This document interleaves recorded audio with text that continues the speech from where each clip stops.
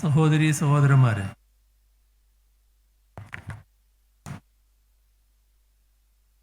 രണ്ടായിരത്തി 2021 അധികാരത്തിൽ വന്ന LDF ഗവൺമെൻറ്റിൻ്റെ 4 വർഷം തികയുന്നതിൻ്റെ ഭാഗമായി സംഘടിപ്പിക്കുന്ന പരിപാടിയാണിത്. ഇതിൻ്റെ തുടക്കം കാസർഗോഡ് നിന്നാണ് കുറിച്ചത്. ഇപ്പോൾ 4ാമത്തെ ജില്ലയാണിത്. എല്ലാവർക്കും അറിയാവുന്നതുപോലെ 2021 മെയ് മാസത്തിലാണ് ഈ ഗവൺമെൻറ് അധികാരത്തിൽ വന്നത്. പക്ഷേ എല്ലാവർക്കും മറ്റൊരു കാര്യവും അറിയാവുന്നതാണ്. 2016 മെയ് മാസത്തിൽ അധികാരത്തിൽ വന്ന LDF സർക്കാർ അതിൻ്റെ തുടർച്ച എന്ന നിലക്കാണ് 2021 തെരഞ്ഞെടുപ്പിൽ ജനങ്ങൾ LDFന് തുടർഭരണം സമ്മാനിച്ചത്. ആ രീതിയിൽ നോക്കിയാൽ 9 വർഷമായി. 10ാമത്തെ വർഷത്തിലേക്ക് കടക്കുകയാണ്. ഈ 9 വർഷ കാലയളവിൽ നമ്മുടെ സംസ്ഥാനത്തിൻ്റെ പുരോഗതി ജനങ്ങൾ ആഗ്രഹിക്കും വിധം ഉണ്ടായോ എന്ന് വിലയിരുത്തേണ്ട ഘട്ടമാണ്. ഈ വിലയിരുത്തൽ ഈ 9 വർഷ കാലയളവിൽ ഓരോ വർഷവും നടന്നതാണ്. 2017 മുതൽ സർക്കാരിൻ്റെ വാർഷികാഘോഷം എന്നതിലുപരി ആ ഒരു വർഷം അല്ലെങ്കിൽ ആ കാലയളവ്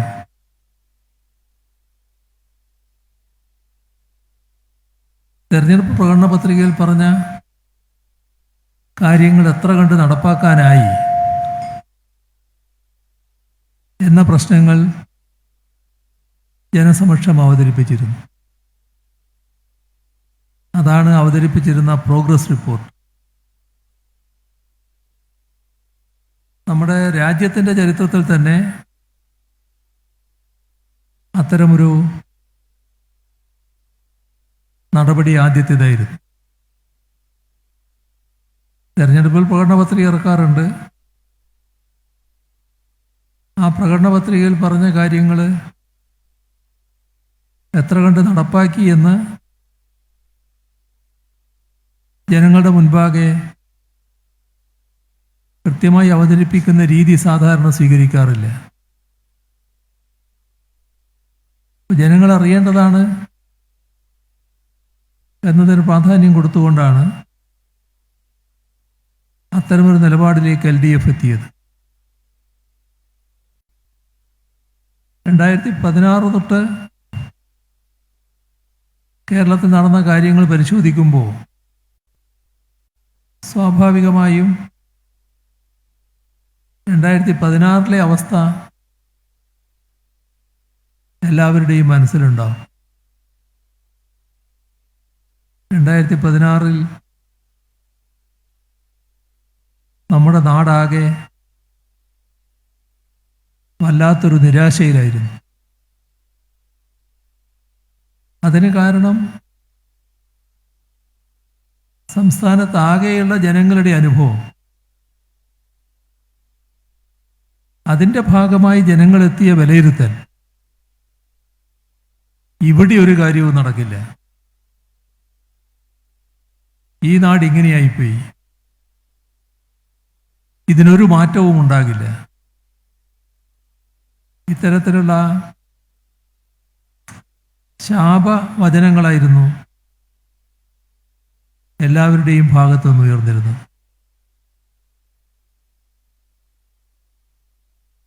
ആ സാഹചര്യം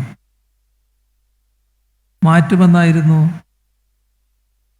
LDF നൽകിയ വാഗ്ദാനം. ആ മാറ്റം എത്രത്തോളമായി എന്ന് ജനങ്ങൾക്ക് വിലയിരുത്താനുമായി. നേരത്തെ ഉണ്ടായിരുന്ന നിരാശ മാറിപ്പോവുകയും നല്ല പ്രത്യാശയിലേക്ക് ജനങ്ങൾ എത്തുകയും ചെയ്തു. ഇത് വിവിധ മേഖല പരിശോധിച്ചാൽ കാണാൻ കഴിയുന്ന കാര്യമാണ്. ഞാൻ ആ കാര്യങ്ങളുടെ ആകെ വിശദാംശങ്ങളിലേക്ക് ഇപ്പോൾ പോകുന്നില്ല. കാരണം നിങ്ങൾക്ക് കുറേ കാര്യങ്ങൾ സ്വാഭാവികമായും പറയാനുണ്ടാവും. അതിനുള്ള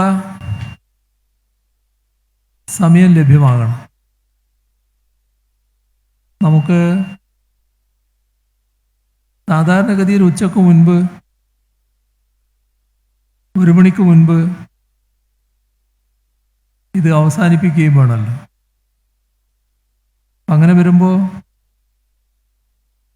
വളരെ ദീർഘമായി എല്ലാ കാര്യങ്ങളും പരാമർശിച്ചുകൊണ്ടുള്ള ഒരു സംസാരത്തിലേക്കല്ല ഞാനിപ്പോൾ കടക്കാൻ പോകുന്നത്. ഈ കാലയളവ്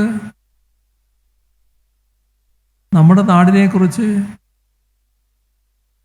ഒരുപാട് തെറ്റിദ്ധാരണകൾ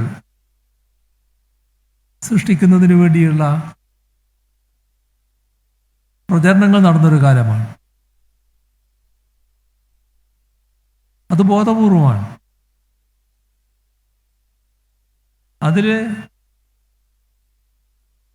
ഒരു ഭാഗം മാത്രമാണ് ഇപ്പോൾ പരാമർശിക്കുന്നത്. നമ്മുടെ നാട് ഈ 9 വർഷം എടുത്താൽ എത്ര കണ്ട് പുരോഗതി നേടാനായി? ചിലരെ സ്ഥാപിക്കാൻ നോക്കുന്നത്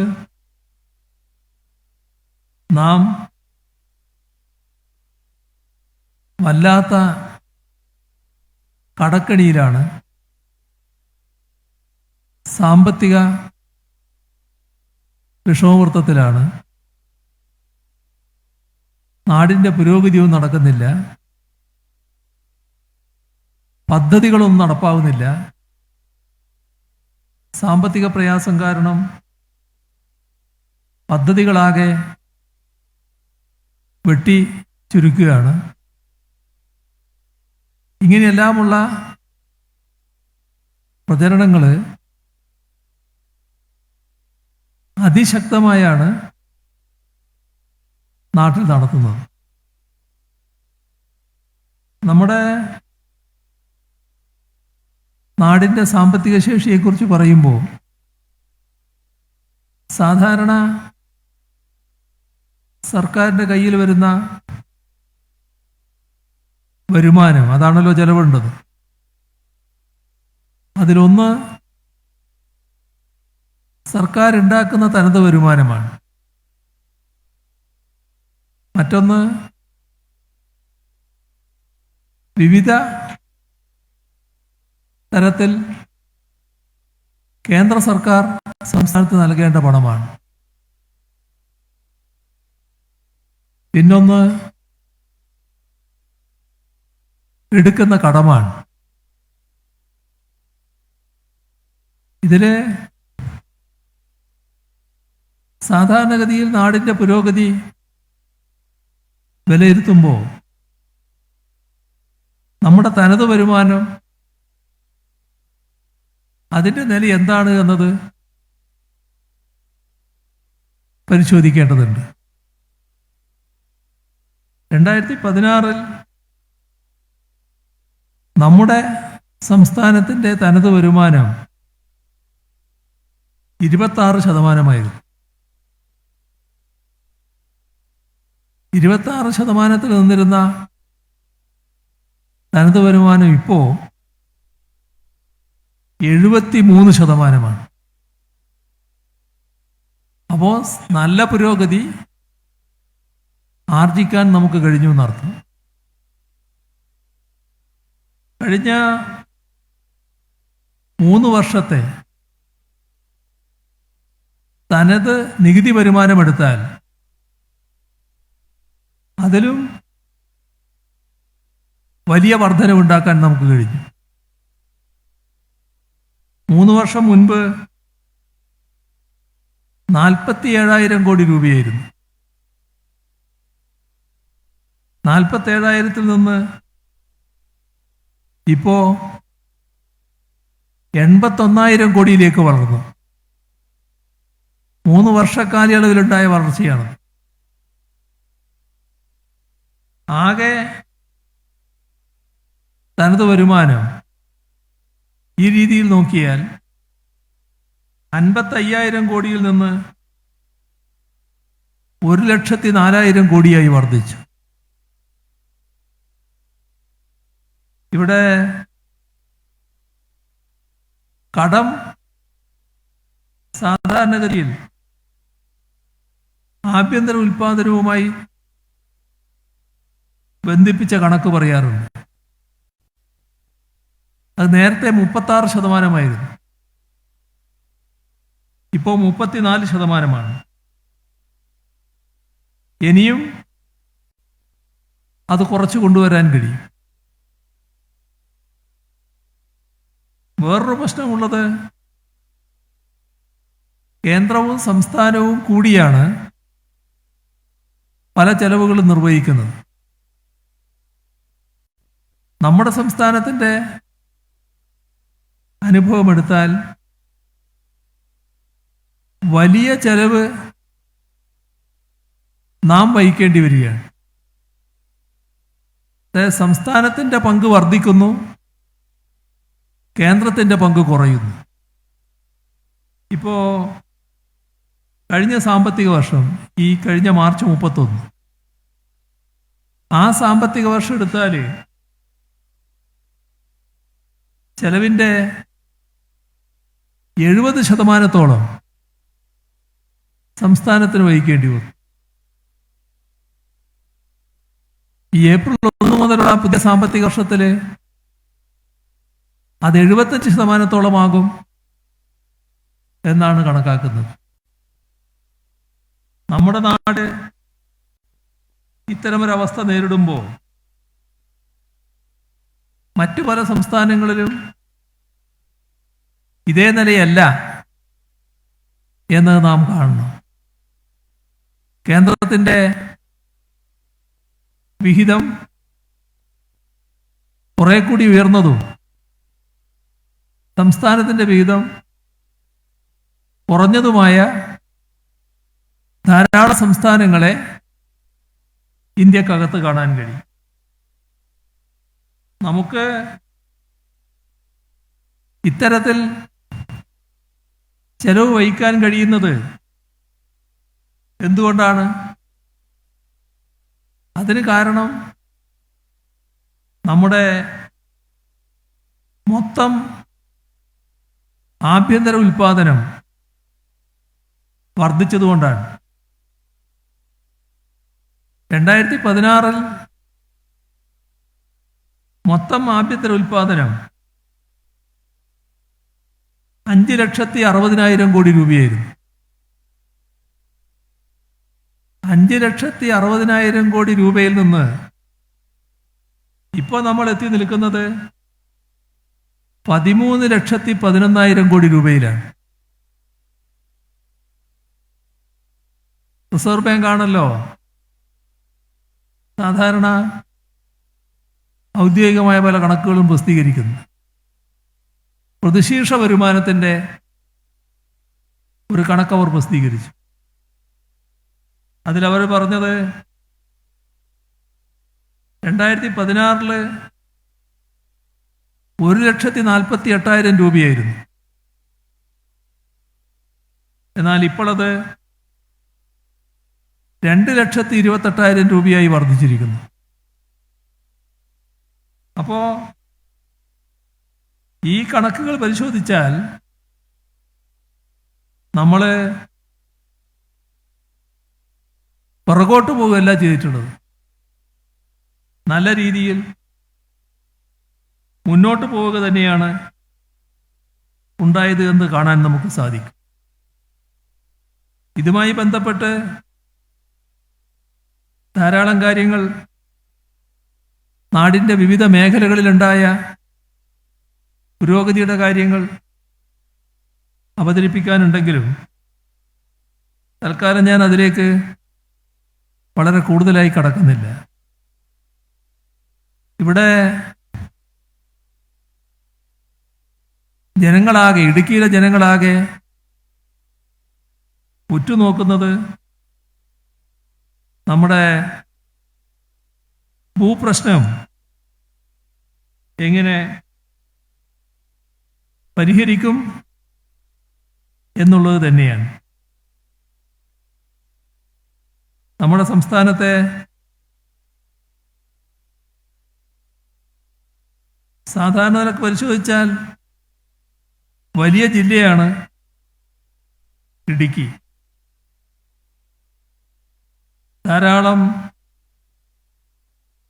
പ്രത്യേകതകൾ ഭൂപ്രദേശത്തിൻ്റെ മാത്രമല്ല, സവിശേഷമായ കാലാവസ്ഥ കാരണമുണ്ടാകുന്ന ആഘാതങ്ങൾ, പാരിസ്ഥിതിക പ്രശ്നങ്ങൾ, ഇതെല്ലാം അതീവ ഗൗരവമായി നിലനിൽക്കുന്ന ജില്ലയും കൂടിയാണ്. ജില്ലയുടെ വികസനത്തിന് വലിയ പ്രാധാന്യമാണ് എല്ലാ ഘട്ടത്തിലും LDF സർക്കാർ നൽകിയിട്ടുള്ളത്. സാധാരണഗതിയിൽ വലിയ പ്രശ്നം ഭൂമി സംബന്ധമായുള്ളത് തന്നെയാണ്. 1960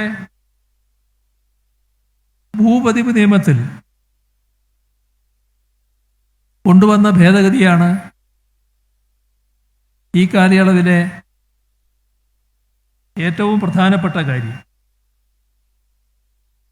ഇതിലെ പുതിയ ഭേദഗതി പ്രകാരം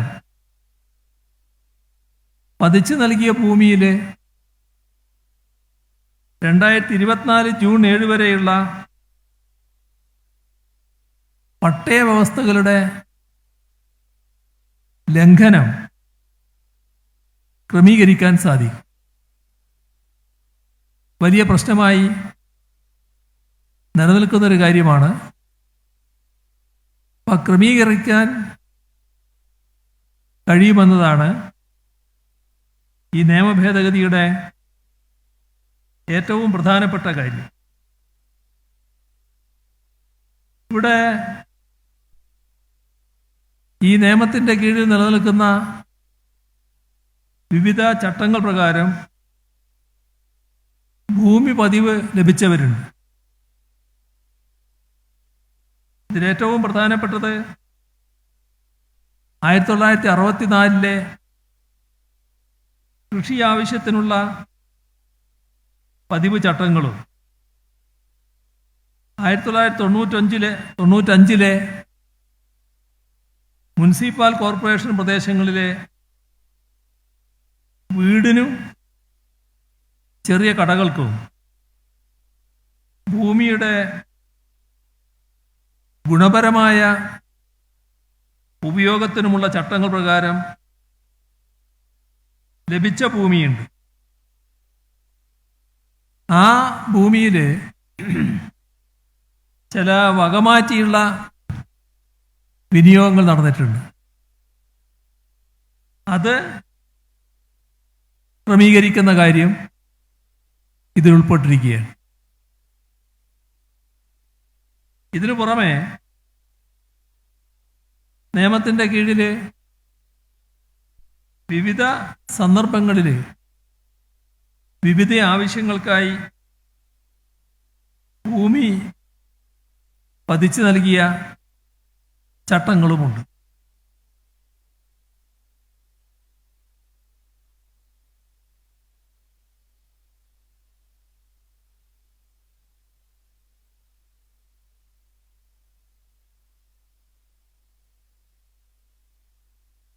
ഇതില് തുടക്കം മുതലേ സർക്കാരിന് ഈ കാര്യത്തിൽ കൃത്യമായ സമീപനമുണ്ടായിരുന്നു. നമ്മുടെ മഹാഭൂരിപക്ഷം വരുന്ന മലയോര ജനതയും ജീവിതവൃത്തിക്കായി ഭൂമി തരം മാറ്റി വിനിയോഗിച്ചിട്ടുണ്ട്. അവരുടെ സാധാരണ ചട്ടപ്രകാരം പരിശോധിച്ചാൽ ലംഘനമാണ്. അപ്പം അങ്ങനെയുള്ള ആളുകളുടെ ലംഘനം ക്രമീകരിക്കാൻ കഴിയണം. ഇതാണ് സർക്കാർ എല്ലാ കാലത്തും സ്വീകരിച്ചിട്ടുള്ള നിലപാട്. ഈ നിയമ ഭേദഗതി വന്നെങ്കിലും അതിൻ്റെ ഭാഗമായുള്ള ചട്ടങ്ങൾ തയ്യാറാക്കേണ്ടതുണ്ട്. ഈ ചട്ടങ്ങൾ തയ്യാറാക്കുമ്പോൾ പുതിയ ചട്ടങ്ങളുടെ ഒടുവിൽ ഏതൊക്കെ ചട്ടങ്ങൾക്കാണ് ബാധകമെന്നതിനെക്കുറിച്ച് ഒരു ഷെഡ്യൂളായി ഉൾപ്പെടുത്താമെന്നും നിർദ്ദേശിച്ചിട്ടുണ്ട്. ഇവിടെ വരുന്ന ഒരു കാര്യം, ഇങ്ങനെയുള്ള ഭൂമി ഇനി മറ്റാവശ്യത്തിന് വിനിയോഗിക്കണമെങ്കിൽ അതിന് പുതിയ അനുമതി തേടണം. അപ്പോൾ ആ പുതിയ അനുമതി തേടാൻ കഴിയും എന്നത് ഇതിൻ്റെ ഭാഗമായി വേണമെന്ന് കാണുകയാണ്. അതിനുവേണ്ടി മറ്റൊരു ചട്ടം കൂടി കൊണ്ടുവരാമെന്നാണ് അഭിപ്രായപ്പെട്ടിട്ടുള്ളത്. ഇത്തരത്തിലെ പുതിയ ചട്ടങ്ങൾ കൊണ്ടുവരുമ്പോൾ ഈ ഉടമയുടെ താമസത്തിന് വേണ്ടി അല്ലെങ്കിൽ ഉപജീവനാർത്ഥം നിർമ്മിച്ച കടമുറി അടക്കമുള്ള ചെറിയ കെട്ടിടങ്ങൾ, അത് വീടായാലും ഇത്തരത്തിലുള്ള കടമുറി അടക്കമുള്ള ചെറിയ കെട്ടിടങ്ങളായാലും അത് ക്രമീകരിക്കുന്ന കാര്യത്തിൽ അപേക്ഷ സമർപ്പിക്കുക. അങ്ങനെ അപേക്ഷ സമർപ്പിച്ചതിന് ശേഷം തീരുമാനമെടുക്കുന്നൊരു നിശ്ചിത പരിധി വെക്കും. ആ നിശ്ചിത പരിധിക്കുള്ളിൽ തീരുമാനമായില്ല എന്ന് വിചാരിക്കുക. അങ്ങനെ സംഭവിക്കാറുണ്ടല്ലോ. അങ്ങനെയാണെങ്കിൽ അവർക്ക് ആ തീരുമാനം ലഭിച്ചതായി കണക്കാക്കി മുന്നോട്ട് പോകാൻ കഴിയും. ഡീംഡ് പെർമിഷനായി കണക്കാക്കുക എന്താണ് ഇതിൻ്റെ ഭാഗമായി ചെയ്യാൻ ഉദ്ദേശിക്കുന്നത്. അപ്പോൾ അനാവശ്യമായ കാലതാമസം ഇതിൻ്റെ ഭാഗമായി ഒഴിവാക്കാൻ കഴിയും. ധാരാളം പേർക്ക് സമയബന്ധിതമായി തന്നെ ഈ സൗകര്യം ലഭ്യമാകും എന്താണ് ഇതിൻ്റെ പ്രത്യേകത. നമ്മുടെ ഇവിടെ പ്രവർത്തിക്കുന്ന വിദ്യാഭ്യാസ സ്ഥാപനങ്ങൾ, ആരോഗ്യ പരിപാലന കേന്ദ്രങ്ങൾ, ആരാധനാലയങ്ങൾ, സഹകരണ സ്ഥാപനങ്ങൾ, ഈ പട്ടയ ഭൂമിയിൽ നിർമ്മിച്ച സർക്കാർ, അർദ്ധ സർക്കാർ, തദ്ദേശ സ്വയംഭരണ സ്ഥാപനങ്ങൾ, വായനശാലകൾ, ക്ലബ്ബുകൾ, സന്നദ്ധ സംഘടനകൾ, സർക്കാർ ധനസഹായത്തോടെയുള്ള മറ്റ് നിർമ്മിതികൾ, ഇങ്ങനെ പൊതു ആവശ്യങ്ങൾക്ക് ഉപയോഗിക്കുന്ന ഭൂമിയുടെ ക്രമീകരണം ഇതിൻ്റെ കൂടെ വരേണ്ടതുണ്ട് എന്നാണ് കാണുന്നത്. അപ്പം ആ നടപടിക്രമം ലഘൂകരിക്കും വിധം ഏകജാലക സംവിധാനം പോലുള്ളവ ഇതിനായി പരിഗണിക്കുന്നതാണ്. ഇതിനു പുറമെ വിവിധ മതവിശ്വാസങ്ങളുടെ ഭാഗമായുള്ള നിർമ്മാണങ്ങൾ, അവയുടെ അനുബന്ധ നിർമ്മിതികൾ, വിവിധ സമുദായ സംഘടനകളുടെ ഓഫീസുകൾ, അനുബന്ധ സ്ഥാപനങ്ങൾ, ഭിന്നശേഷി അവകാശ സംരക്ഷണവുമായി ബന്ധപ്പെട്ട പൊതുസ്ഥാപനങ്ങൾ, തദ്ദേശ സ്വയംഭരണ സ്ഥാപനങ്ങളുടെയും സർക്കാർ അർദ്ധ സർക്കാർ സ്ഥാപനങ്ങളുടെയും ഭൂമിയിൽ പൊതു ആവശ്യത്തിനായി ഉപയോഗിക്കുന്ന വാണിജ്യ കേന്ദ്രങ്ങളോടൊപ്പമുള്ള നിർമ്മിതികൾ, ഉദാഹരണത്തിന് ബസ് സ്റ്റാൻഡ്, ചന്ത, അതുപോലുള്ള കാര്യങ്ങൾ, അങ്ങനെയുള്ള ഉൾപ്പെടുന്ന ഭൂമിയുടെ ക്രമീകരണം വേഗത്തിലാക്കാൻ വേണ്ടി നടപടികൾ ലഘൂകരിക്കും. വേറൊരു പ്രശ്നം, അനുവദിച്ച് കിട്ടിയ പട്ടയഭൂമി, ആ പട്ടയഭൂമിയുടെ എത്ര അളവാണോ വകമാറ്റി ഉപയോഗിച്ചത് അത്രയും അളവ് ഭൂമി മാത്രമേ ക്രമീകരണം എന്ന വ്യവസ്ഥയിൽ വരുന്നുള്ളൂ. കാരണം മറ്റുള്ളിടത്തൊന്നും വേറെ ലംഘനങ്ങൾ ഉണ്ടായിട്ടില്ല. അപ്പോൾ ഉടമസ്ഥന് ആ ഭൂമിയിലെ തന്നെ ബാക്കിയുള്ള ഭാഗം മറ്റൊരാവശ്യത്തിനായി വിനിയോഗിക്കുന്നതിന് പുതിയ ചട്ടങ്ങൾ പ്രകാരം അപേക്ഷ സമർപ്പിക്കാനാവും. പിന്നീടുള്ള വലിയ കെട്ടിടങ്ങൾ വിവിധ ആവശ്യങ്ങൾക്കായി വിനിയോഗിക്കുന്നതിന് നിർമ്മിച്ചിട്ടുള്ള 10,000 ചതുരശ്രടിയൊക്കെയുള്ള കെട്ടിടങ്ങൾ ചിലപ്പോൾ കാണും. അവയുടെ ക്രമീകരണം അതും സർക്കാരിൻ്റെ മുന്നിലുള്ള പ്രശ്നമാണ്. അതും പരിശോധിക്കുക തന്നെയാണ്. ഏതാവശ്യത്തിനാണോ തരം മാറ്റം അനുവദിക്കുന്നത് അതുമായി ബന്ധപ്പെട്ട നിയമങ്ങളും വ്യവസ്ഥകളും മാനദണ്ഡങ്ങളും സ്വീകരിക്കേണ്ടതായി വരും. ഇപ്പോൾ നെൽവയൽ തണ്ണീർത്തട നിയമം ബാധകമാകുന്ന സ്ഥലമാണെങ്കിൽ ആ ഭൂമി ക്രമീകരണത്തിന് ആ നിയമം സ്വാഭാവികമായും ബാധകമാകും. 1960 കേരള ഭൂപതിവ് നിയമം അനുസരിച്ച് പട്ടയം ലഭിച്ച ഭൂമി സ്ഥിതി ചെയ്യുന്ന പ്രത്യേക മേഖലകളിലുള്ള ഉയർന്ന നിർമ്മിതികളുണ്ട്. ആ നിർമ്മിതികളിൽ ബന്ധപ്പെട്ട വ്യവസ്ഥകൾ പാലിക്കുന്നു എന്നതും ഉറപ്പുവരുത്തും. ഇവിടെ കാണേണ്ട ഒരു പ്രശ്നം, ഈ പ്രശ്നത്തിൽ വിവിധ ഘട്ടങ്ങളിൽ കോടതി ഇടപെട്ടിട്ടുണ്ട്. അപ്പം അതുകൊണ്ട് തന്നെ കോടതി വിലക്കുകളുണ്ട്, കോടതിയുടെ ഉത്തരവുകളുണ്ട്. അവയെല്ലാം പരിശോധിച്ച് വേണം തീരുമാനത്തിലേക്ക് കടക്കാൻ. അപ്പം അതിന് അഡ്വക്കേറ്റ് ജനറലിൻ്റെ ഉപദേശം തേടാൻ ചീഫ് സെക്രട്ടറിയെ സർക്കാർ ചുമതലപ്പെടുത്തിയിരിക്കുകയാണ്. ഇതിൽ ആ നടപടിക്രമങ്ങളൊക്കെ ഏറെക്കുറെ പൂർത്തിയായി വരികയാണ്. എത്രയും വേഗം ചട്ടങ്ങൾ കൊണ്ടുവരാനാണ് സർക്കാർ ഉദ്ദേശിക്കുന്നത്. നിർമ്മാണ പ്രവർത്തനങ്ങൾ പരിസ്ഥിതിക്ക് അനുയോജ്യമാകണമെന്നാണ് ഹൈക്കോടതിയുടെ ഉത്തരവ്. അതേപോലെ തന്നെ ദേശീയ ഹരിത ട്രൈബ്യൂണൽ പുറപ്പെടുവിച്ച മാനദണ്ഡങ്ങളുണ്ട്. അവയ്ക്കെല്ലാം അനുസൃതമായി നടപടികൾ സ്വീകരിക്കണം. എന്നാൽ അതോടൊപ്പം തന്നെ ജനങ്ങൾക്ക് ബുദ്ധിമുട്ടില്ലാത്ത വിധത്തിൽ ഇവ നടപ്പിലാക്കാനും കഴിയണം. ഇതാണ് സർക്കാർ ഉദ്ദേശിക്കുന്നത്. അതനുസരിച്ചുള്ള നിർദ്ദേശമാണ് നൽകിയിട്ടുള്ളത്.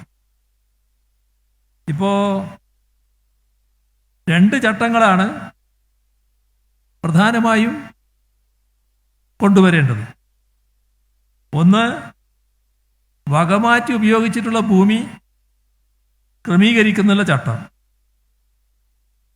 രണ്ടാമത്തത്, പുതുതായി മറ്റാവശ്യങ്ങൾക്ക് ഭൂമി വിനിയോഗിക്കുന്നതിന് വ്യവസ്ഥകളടങ്ങുന്ന മറ്റൊരു ചട്ടം. ഇപ്പോൾ നിശ്ചിത അളവ് വരെ നേരത്തെ നമ്മൾ കണ്ടത് 1500 മുതൽ 3000 വരെ സ്ക്വയർ ഫീറ്റ് നിർമ്മാണമുള്ള 15 സെന്റ് വരെയുള്ള നിർമ്മാണം.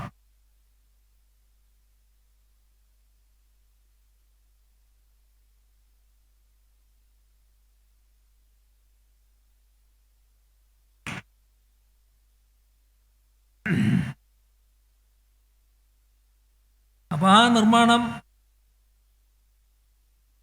കളവനുവദിക്കല് അതിന് സാധാരണഗതിയിലുള്ള ഈ വകമാറ്റലിനുള്ള അപേക്ഷാ ഫീസ് അത് മാത്രം ഈടാക്കി ഈ വകമാറ്റൽ അനുവദിക്കുക എന്നത് തന്നെയാണ് ഉദ്ദേശിക്കുന്നത്. നേരത്തെ തന്നെ പറഞ്ഞിട്ടുള്ള കാര്യമാണ്, എല്ലാവരുടെയും ശ്രദ്ധയിലുള്ള കാര്യമാണ്. അതോടൊപ്പം 1500 സ്ക്വയർ ഫീറ്റിന് താഴെയുള്ള ചെറിയ തോതിലുള്ള വകമാറ്റലാണെങ്കിൽ അത് സാധാരണഗതിയിൽ അനുവദിക്കപ്പെട്ടതായി കണക്കാക്കും. ഇപ്പോൾ ഡീംഡ് പെർമിഷന്റെ പരിധിയിലാണ് അത് വരിക. അതിന് വലിയ കാലതാമസം ഉണ്ടാകില്ല. വനത്തിന്റെ അതിർത്തിയിൽ കിടക്കുന്ന ഭൂമി ഉണ്ടാവും. ഇപ്പോൾ വനാതിർത്തി പങ്കിടുന്ന ഭൂമിയിൽ പ്രത്യേക നിബന്ധനകൾ ആവശ്യമായിട്ട് വരും. ഭൂപരിഷ്കരണ നിയമം വ്യവസ്ഥ ചെയ്യുന്ന 15 ഏക്കർ വരെ ഭൂമിയുള്ള ഉടമസ്ഥർക്ക് ഈ ചട്ടങ്ങളുടെ ആനുകൂല്യം ലഭിക്കും. എല്ലാവർക്കും ആനുകൂല്യം ലഭിക്കുമെന്നർത്ഥം. 15 ഏക്കർ മേലെയുണ്ടെങ്കിൽ മാത്രമേ മറ്റു പ്രശ്നങ്ങൾ വരുന്നുള്ളൂ. ഇവിടെ നിർമ്മാണ പ്രവർത്തനങ്ങൾ ക്രമീകരിക്കുന്നതിന് തദ്ദേശ സ്വയംഭരണ സ്ഥാപനങ്ങളുടെ വ്യവസ്ഥകളനുസരിച്ചുള്ള ഫീസ് ഉണ്ടായിരിക്കും. ആ ഫീസ് അവർ ഈടാക്കും, അതിലെ അപാകതയില്ല. ഇപ്രകാരം നിർമ്മാണം ക്രമീകരിക്കുമ്പോൾ തദ്ദേശ സ്വയംഭരണ സ്ഥാപനങ്ങൾ പിഴ ഈടാക്കുന്നത് ഒഴിവാക്കണം എന്ന വ്യവസ്ഥ ഇതിലുണ്ടാവും. അപ്പോൾ തദ്ദേശ സ്വയംഭരണ സ്ഥാപനങ്ങൾ പിഴ ഈടാക്കാൻ പാടില്ല. നിയമപ്രകാരം കൊടുക്കേണ്ട ഫീസ് എന്താണോ അത് കൊടുത്ത് ക്രമീകരിക്കുക എന്നുള്ളതാണ്. അതേപോലെ തന്നെ നടപടിക്രമങ്ങളും മാനദണ്ഡങ്ങളും നിശ്ചയിക്കുമ്പോൾ ജനങ്ങൾക്ക് ബുദ്ധിമുട്ടില്ലാത്തതും സങ്കീർണമല്ലാത്തതുമായ രീതി പൂർണ്ണമായും സ്വീകരിക്കും.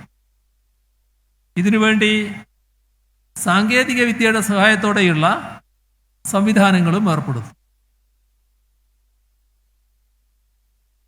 നിശ്ചിത അളവിലുള്ള നിർമ്മാണ പ്രവൃത്തികൾ മാത്രമേ ക്രമീകരിക്കുകയുള്ളൂ, ബാക്കിയൊന്നും ക്രമീകരിക്കില്ല. അങ്ങനെ ഒരു തെറ്റായ പ്രചരണം ചിലർ നടത്തുന്നതായി അറിയുന്നുണ്ട്. ഇത് ശരിയല്ല. ഒരു കാര്യം നേരത്തെ ഞാൻ പറഞ്ഞതിലുണ്ട്, നിശ്ചിത അളവ് വരെയുള്ളവ ചെറിയ ഫീസ് ഈടാക്കിക്കൊണ്ടു അതിന് മുകളിലുള്ളവർക്ക് ഉയർന്ന ഫീസ് എന്ന് ചുമത്തിക്കൊണ്ടുമായിരിക്കും കാര്യങ്ങൾ നടപ്പാക്കുക. അപ്പോൾ ക്രമീകരണം എല്ലാവർക്കും വരുമെന്നർത്ഥം. ഉയർന്ന നിർമ്മാണങ്ങൾ ക്രമീകരിക്കുന്ന അവസരത്തിൽ ചില മറ്റ് നടപടികൾ ആവശ്യമുണ്ടോ അത് പരിശോധിച്ചുകൊണ്ടിരിക്കുകയാണ്. ആ പരിശോധനയുടെ ഭാഗമായി ആ വ്യവസ്ഥകളും ഉണ്ടായിരിക്കും. പക്ഷേ ഇത്തരം നിർമ്മാണങ്ങളുടെ ക്രമീകരണം നിലവിലുള്ള കോടതി ഉത്തരവുകളുടെയും നിർദ്ദേശങ്ങളുടെയും അടിസ്ഥാനത്തിൽ കാര്യങ്ങൾ വിലയിരുത്തിക്കൊണ്ട് മാത്രമേ നടപ്പാക്കാനാവൂ. അതുകൊണ്ടാണ് അഡ്വക്കേറ്റ് ജനറലുമായി കൂടിയാലോചിക്കണമെന്ന നിർദ്ദേശം നൽകിയെന്ന് നേരത്തെ പറഞ്ഞത്.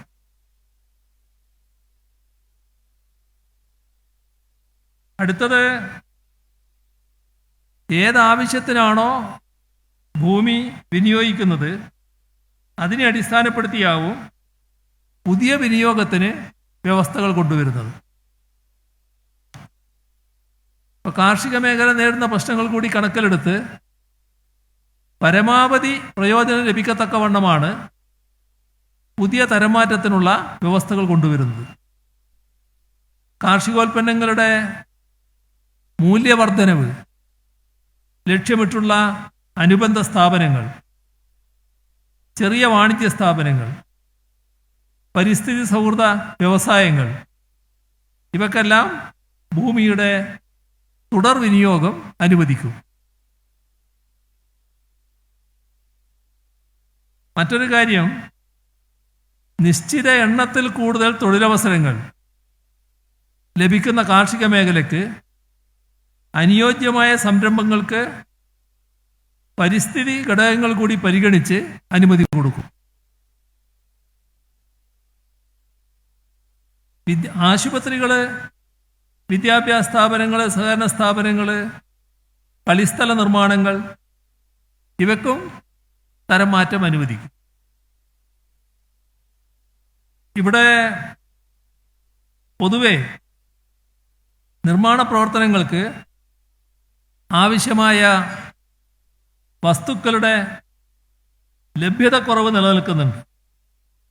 ആ സാഹചര്യം പരിഗണിച്ച് ക്വാറികളുടെ അനുമതി സംബന്ധിച്ച് തീരുമാനമെടുക്കുകയും ചെയ്യും. ഇതിൽ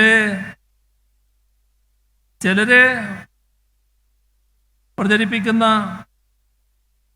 ഒരു കാര്യം, ഈ ചട്ടങ്ങൾ വന്നാൽ എന്തോ കൂടുതൽ കർക്കശമായ വ്യവസ്ഥകളാണ് വരിക എന്നുള്ളതാണ്. ഞാനീ പറഞ്ഞവയൊക്കെയാണ് ചട്ടങ്ങളിലുണ്ടാവുക. അത് കൂടുതൽ വ്യവസ്ഥ കർക്കശമല്ല. ഉള്ള കാര്യങ്ങളിൽ ഇളവനുവദിക്കുക, ആളുകൾക്ക് എങ്ങനെ ഉപകാരപ്രദമായി ഉപയോഗിക്കാൻ പറ്റുമെന്നതിനാണ് സർക്കാർ മുൻതൂക്കം കൊടുക്കുന്നത്.